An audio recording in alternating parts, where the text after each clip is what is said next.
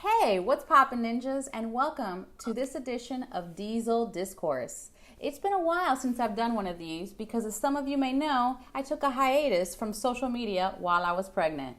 Well, I just gave birth to my daughter, Adeline J. Cavadlo, about 2 months ago, and I'm excited to be back.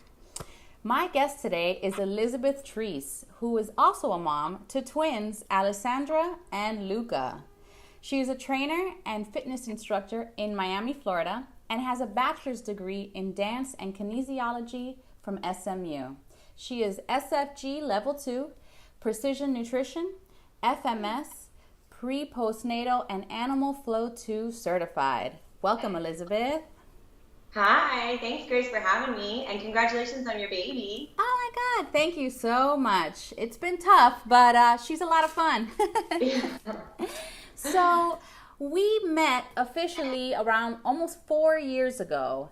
And it was when I was in Miami. Me and my husband Al were vacationing down there. I was visiting family, and Al wanted to visit his friend Mike Fitch, who was living there at the time, and he happened to be hosting a workshop that weekend. And I remember we stopped by and you guys were like at the end of the workshop, and I was watching the whole thing. I had never actually seen Animal Flow in person. It was pretty cool. And I remember seeing you there and being super impressed with what a great mover you were. Oh, thank you. And then flash forward like a few months later, I saw a video that Mike Fitch posted of you doing this beautiful sequence, beautiful Animal Flow sequence, except this time you were like super pregnant, girl. And again, I was doubly impressed with how well you still moved. Can you tell us a little bit about what it was like training while you were pregnant with twins? Yes, yes. So I had a lot of fun through my pregnancy. I was very blessed. It was a really great pregnancy. Awesome. It was amazing. I mean, it's funny because I can like still visualize and feel like Luca was on this side, Alessandra was on this side. And, I remember feeling like every time I moved, it was like me internally giving them a hug.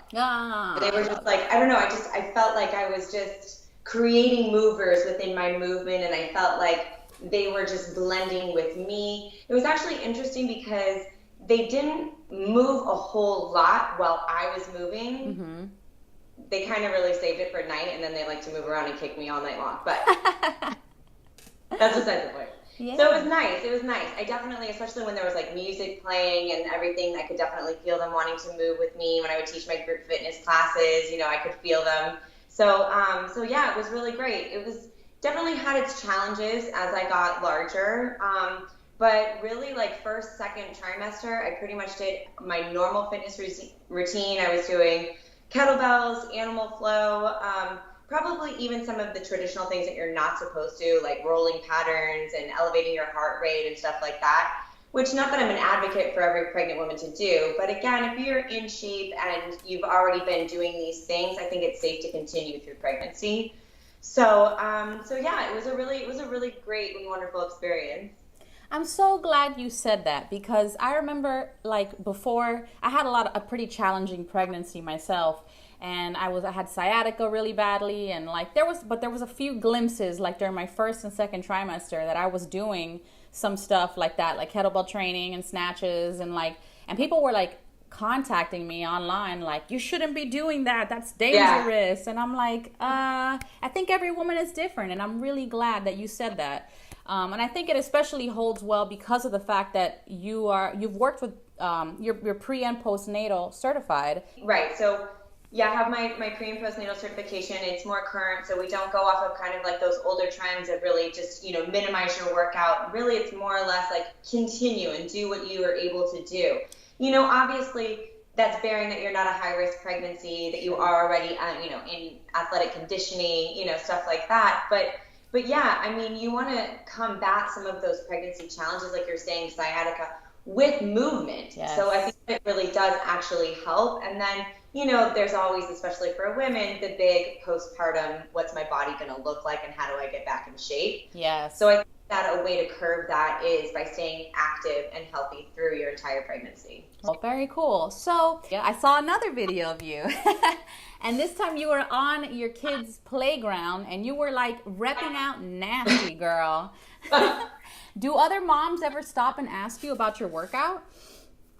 It's so funny that you asked this because as much as I wish that women would, they don't. Wow, really? And I don't know if it's like intimidating or if they think that I'm trying to show off or anything like that, but it's like I wish I was wearing a Coach shirt so they knew that there was an invitation to be like, oh, she probably knows and can give me advice and isn't just like, in her own world. Sure. Because I would love to give that information and I love sharing my experience and being able to, help promote that, especially because as the little ones grow up, if you incorporate movement and they see you do it, they'll want to mimic and respond also. So, you're instilling that kind of culture within your child right from the get-go. But no, I wish that more women would stop me in the playground and ask and, participate and, and everything like that because I love to give away the information for free. I'm a plethora. I love speaking about fitness and being a mom. So, why not? And so for those, if you do see me out there, for sure, come say hi and talk to me. Don't be scared. I'm actually a nice person. Yeah. That's why I started doing this Diesel Discourse. If you looked at any of my interviews in the past, they've all been with strong women because I feel like sometimes some women are always constantly have this feeling that they have to like compete with each other and like compare themselves to each other. And, it's just good to have a dialogue that we all go through the same things. And, Totally. It's good to be curious about training. And if you see somebody somebody like you who's working out and kicking ass, like ask her about it, Yeah, I totally agree. I definitely. And I'm willing and want to be open as much as possible. So yeah, for sure. Right on. So as far as training after the birth of your twins, what exercises did you find to be the most helpful? To be straight up, total brutal honesty, jump rope. Really? Yeah. The one thing I hate doing. No way. Tell us why. What's up with the jump rope, girl? Okay, so when you're pregnant, okay, your whole uterine lining and your pelvic floor muscles, everything lengthens and expands, right? And then we understand, more or less the importance of Kegling, drawing in your PP muscles in order to create a strong abdominal floor, pelvic floor muscles.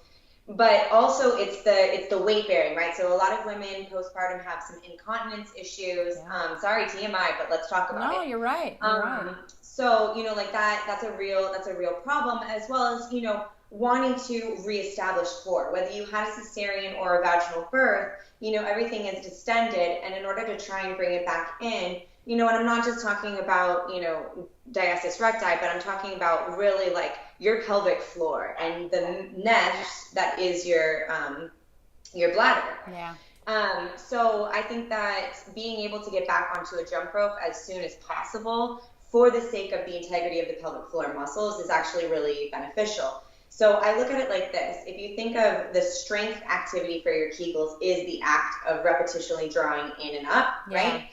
The jump rope is the reactive training for that muscle. So instead of using it on demand, you're using it reactively. Does that make sense? It does. What's funny is like the last time I really did any kind of jump rope training was in CrossFit, and they do teach you the double unders. And talk about too much information. Sometimes double unders would make me pee myself just a little bit. Yeah. So that makes sense, actually, that would actually be a great way to train that. So do you focus when jumping? Like, are you thinking about your pelvic floor and like Kegling when you do it? Basically, yes, because I'm trying not to pee. Girl, you convinced me. I got to get myself a jump rope. I got to get back on that, yo. It's sometimes... No, I really think it's like the best, purest cardio because it's like you can do it anywhere, indoor, outdoor. It's more or less body weight. You've got it right there. Even if you just pretend, or maybe it's just some jumping jacks, but just something reactive because that's going to build back up your endurance, your cardio, right? But then it's also, again, establishing good pelvic floor muscles. So I think that's really, and that is something that, I think is underappreciated. I think we do a lot of establishing pelvic floor muscles from the ground and working on things. A lot of women understand the importance of coming back maybe through Pilates or ground-based movements or something like animal flow. And all of that is super important. But for me, that missing link was really the reactiveness of being able to control through jumping. So brilliant. That's so great. Thank you for that. I'm going to get myself a jump rope. Ladies, get yourself a jump rope. So when you started training again, going back to that, were there any exercises that you found especially challenging to have to relearn? So, okay. So first of all, I was very lucky and blessed that coming back to working out postpartum, I actually was able to get back down to my pre-baby weight 1 month postpartum. Wow. Now, here's the thing, okay? Because a lot of women, you know, they go, "Oh my God, you lost all this weight." No, I really didn't gain any weight. That's the difference. So I gained through my twin pregnancy about 55 pounds. Right on. Okay. But that was really just baby weight. And then once I delivered, I was, again, about a month postpartum, I was back down to 127 pounds. Wow. Now, that was great for my weight, but my strength took a year. Wow. Like, so body weight and like coming back postpartum body-ish, maybe 1 month, but the strength that I had lost during that time or getting back to a routine where I was, a year. Wow. So I did 6 months postpartum was actually the cutoff time for me to reinsert my level 1 strong first kettlebell skills. So 6 months postpartum, I actually went from Miami to Orlando to reinsert with Brett Jones up there. And so that's the 100 snatches in 5 minutes, your double rack squats, double rack presses, Turkish get up, cleans, and swings, right? And what weight was it that you had to use? So I was working with the 12 kilo, right on. So it's like 25 pounds. Yeah. For all of those skills, except that they do make you go up for your Turkish get up to the 16. So you go up 1 bell size to reinsert. Wow. So and I actually didn't know that. That was a surprise, but I was able to do it nonetheless, which was very happy.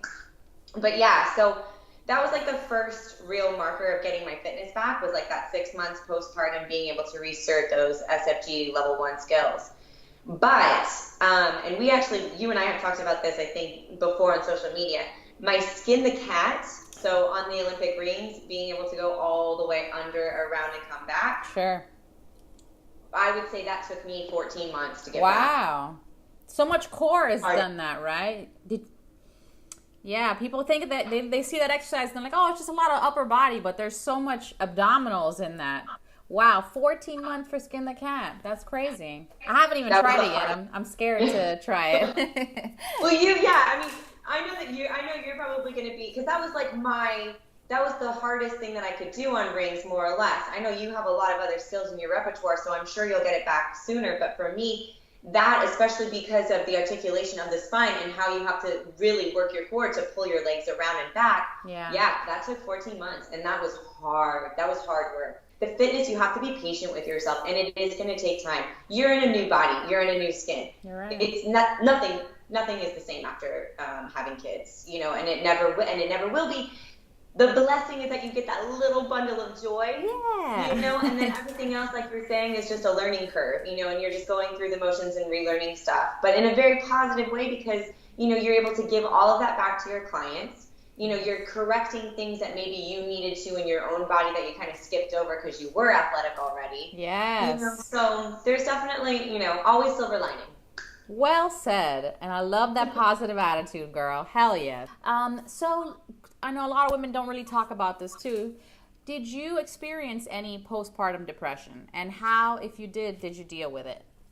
Yeah, it's a great question. And I wish this is actually something that I've become much more passionate about, because I think that it's not talked about very much, and it's very serious, and it is a big deal. And I would say that most women experience some level of postpartum depression. We all hear those horror stories about the crazy woman who lost it having kids and drowned her kids. Yeah. You have a child and then you go, I get it. like, I know that's an extreme and that's obviously not the case, but we need an intervention. We need to talk about it. We need to make it normalized and we need to make it okay. Because to say I am not all right, like, I wanted to be with my kids, but I didn't want to interact. Like, I couldn't do the goo goo gaga thing. You know, it was just like, I needed I wanted to tap out. Yeah. It's interesting when you hit that 1 year mark, things start to feel like it's almost like clockwork, but you start to feel more normal again. And then you reflect on it and you go, oh no, I wasn't okay. Wait, this is normal. This is where I want to, that was not okay. Like, I was not all right. Here's the thing. Babies cry. They cry. Yeah. They cry a lot. They cry because they can't articulate themselves. Sometimes that crying can become very gnawing at your soul. Oh, yeah. So, headphones, music, tea, whatever you need to put mommy in a good place, I say take that 10 minutes, okay? I used to have, so I had my little bassinets when they were like infant newborns, my little bassinets were on wheels and I could roll them into any room in the house, which was the most amazing thing ever. So I would take a shower and they would be there. But it was like, okay, if they're crying, I can still take my shower and I can be okay because I can peek out. You're fine. Bye-bye. And I go back to. And it was just, that's what you have to do. Whether, again, it's earplugs, earbuds, music, whatever. Just, it's okay to let them cry a little bit and focus on you a little bit and do a little bit of meditation. And then the other thing that I tell all of my new mommies is routine. Routine will help you. Routine will help the baby. Mm-hmm. The quicker you get into a pattern and a rhythm, things like sleep, your nutrition, the level of your patience, all comes back on deck. So the sooner you get into a routine and just, I know it feels a little bit like you're just, you're on all go. Over the place. You're just like, all right, whatever, you're going through the motions. But you know what? In going in the motion, you're going to find the moment where you can breathe, right, you know? On. Yeah. Oh, very good advice. I like the routine advice too, Have you noticed any lasting physical changes in your body since giving birth? I know we discussed earlier about how our bodies are never going to be the same afterwards. And I know a lot of moms struggle with accepting their body after birth. Your postpartum body, no matter the size of your jeans or what the number on the scale says, it's never going to be the same. It's just not. And nor should it be, and we all need to self-embrace our new body. I think that's very important. So for me, carrying the twins, my rib cage was very small, used to be. I was at 32, and now I am at 36 plus. Wow. So my ribs actually separated and expanded. So I'm fairly tall, and I have a fairly long torso, and they were like hot dogs when they were ready to go. And their feet were up in here. Well, actually, at one point I had a head here and a foot here, whatever. My rib cage expanded, and it was very uncomfortable. And I remember complaining about it and feeling it as it was happening. So I think that's kind of unusual. I think that most women don't experience a rib display. I think that's, most of the times it is more in the hips, or the diastasis recti, but for me, it really was. My ribs separated, and they will not go back. Wow.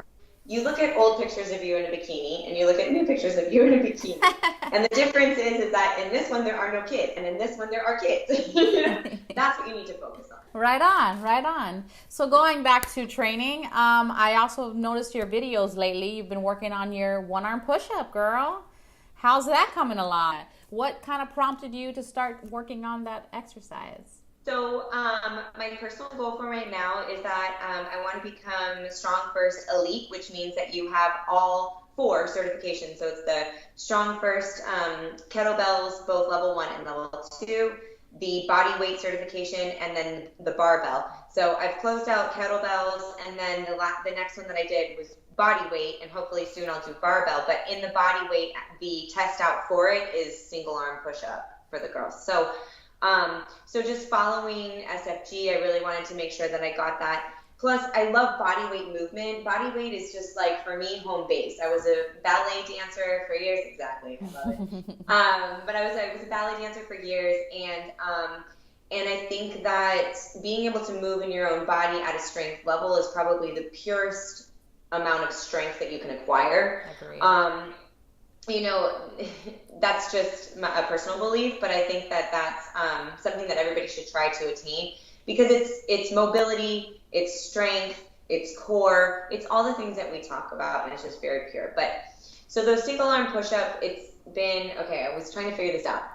I started working on it in February of last year. Okay. And yeah, I mean, it definitely, it's been a journey, and I have long limbs, and it's really, it's a far distance, and it's kind of daunting. But really, it was, you know, decrease the base of support, go nice and slow. When I started working on a single, I would have, you know, arm to the side, slightly behind, decrease the fingers, then start to bring it into the body, working again those negatives. Sometimes I would do a band around the waist to stabilize me that way, just so I could get the full range of motion. Anything on an incline where I could get that, I would start just to start high and then work my way down low. Hell yeah. So as far as, you know, how can people find you? Like, you have a website? Yeah, no, thanks for asking. So yeah, so I run at the primary part of my business through Miami, where I do in-person, one-on-one personal training here in my studio. Right on. Lovely studio. Thank you. And then I also do small group training. So I teach at a couple local studios here in Miami. You know, you can look up either my Instagram or Facebook for those details. And then I am boosting up my online personal training and nutrition business. Right so on. if you're not local to Miami and you want to find me, you can definitely reach out for online training and nutrition. And then I also do host local workshops. So we're bringing in some education. So if you're interested, eventually coming soon, I am going to do a fitness retreat. This is going to be for professionals and just like-minded movement enthusiasts. And I'm going to I'm looking at about 5 presenters to come in. We're going to rent a house. We're going to have a lot of fun. And we're just going to move. Right on. So, yeah. That sounds awesome. We're looking forward to definitely seeing all the details for that. And I will be sure to include all the links to your websites and your Instagram and everything as well. Do you want to leave us with any final thoughts for moms out there that need some motivation for training and mom life in general? I will leave you with this. Women are the most amazing species. Hell yeah. And don't ever forget it, because even though men might be able to physically be stronger than us at times, we are the most amazing, most beautiful creatures out there. And I just want to love and support every woman everywhere, especially our mothers. So yeah. Beautifully said. Thank you so much for taking the time to talk with us today. Yeah, no, thank you so much for having me. This was so much fun. And thank you, ninjas out there, for tuning in. Till next time, I'm Grace Cavadlo. Peace, love, and ninja kicks.